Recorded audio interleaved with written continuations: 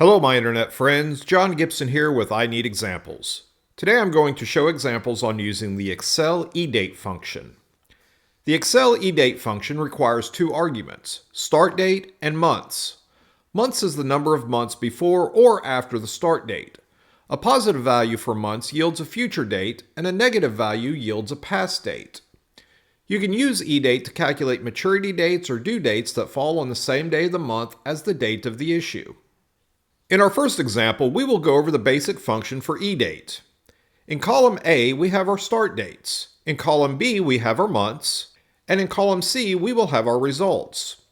In cell C2, let's enter the formula equals EDate, open parentheses, A2 for our start date, comma, B2 for our months. As you can see, we now have our new dates in column C. Rows 2 and 3 yield future dates. January 1st moving forward 1 month to February 1st. From February 1st moving forward 5 months gives us July 1st. In row 4 we are using a negative month value, so now we are moving to a past date from February 1st, 2023 by 5 months, giving us September 1st, 2022. In row 5 we are moving 40 months from May 25th, 2023 to September 25th, 2027. As you can see, even though we have a leap year coming up in 2024, the day value will not change, only the month and in this case the year. In row 6, we have 0 months, so as expected, the result month will not change. In rows 7 and 8, we are starting with a date that has 31 days, but the final result dates do not have 31 days. This will cause the date to use the last day of the month for the final date result.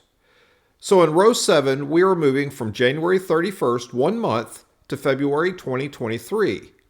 February only has 28 days, so the final result will be February 28th. The same is true for row 8. Going from January 31st and adding 3 months will give us April 30th. In our working example, we want to use our net months to determine the due date. Our company has 3 different net month options, 3, 6, and 9 months. So to determine the due date, we will add our formula to cell E12 equals EDate, open parentheses, B12 for our start date, comma, D12 for our months, close parentheses. Now we have our due dates entered into our worksheet and can now determine when to expect the invoice payments. Thank you for watching. If you found this video helpful, please like and subscribe. Comment below if you would like to see examples on a specific topic. Have a wonderful day, and I will see you next time.